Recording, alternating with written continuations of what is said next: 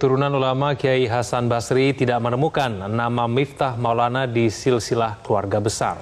Sebelumnya asal-usul gelar Gus pada nama Miftah ramai dibicarakan di media sosial sebab Gus biasanya disandang oleh keluarga ulama di wilayah Jawa Timur. Kecuali masyarakat menilai bahwa Gus Miftah ini tidak layak untuk diangkat sebagai Gus. Misalkan ilmunya ya belum setara Gus, misalkan perilakunya belum cocok dipanggil Gus, ya sudah.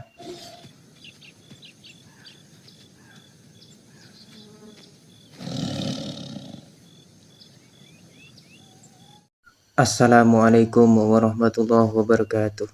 Bismillahirrahmanirrahim. Allahumma sholli wa sallim wa barik ala sayyidina Muhammad wa ala ali sayyidina Muhammad. Amma ba'du.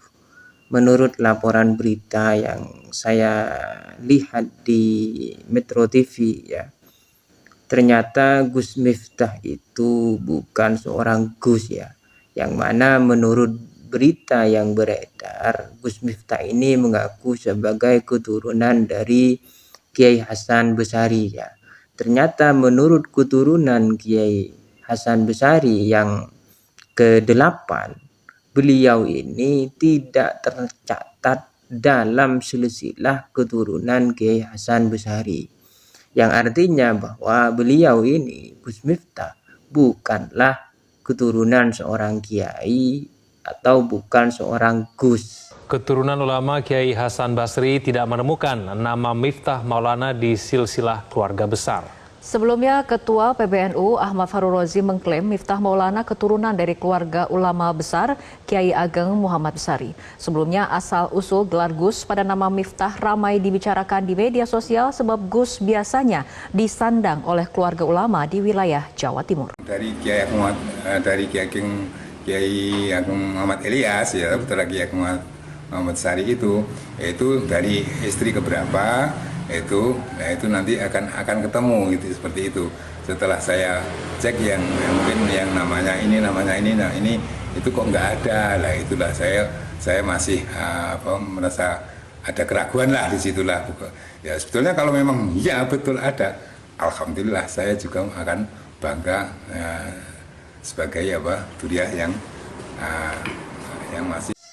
Kalaupun Gus Miftah ini bukan seorang keturunan kiai, bukan seorang Gus, ya lalu kenapa Gus kiai itu kan yang mengangkat itu kan umat, yang mengangkat itu masyarakat. Karena masyarakat menganggap seseorang itu pantas menjadi seorang kiai, seorang Gus, berdasar keilmuannya, berdasar perilakunya. Ya lalu kenapa? Kalau seandainya pun benar berita tadi bahwa Gus Miftah itu bukan anak seorang kiai, bukan seorang Gus, tetapi masyarakat ingin mengangkat atau setuju bahwa Gus Miftah ini seorang Gus, ya kenapa? Gitu kan? Yang penting adalah pengakuan dari masyarakat. Kalau masyarakat sudah melihat bahwa orang ini, termasuk Gus Miftah, secara keilmuan, secara perilaku, itu memang cocok, pas untuk diangkat sebagai Gus, ya kenapa? Kan begitu.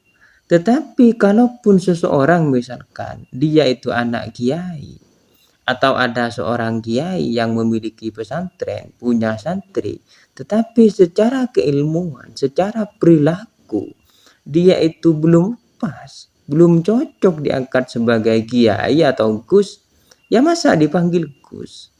Kan begitu. Ya ini kembali menurut saya, kembali kepada masyarakat saja.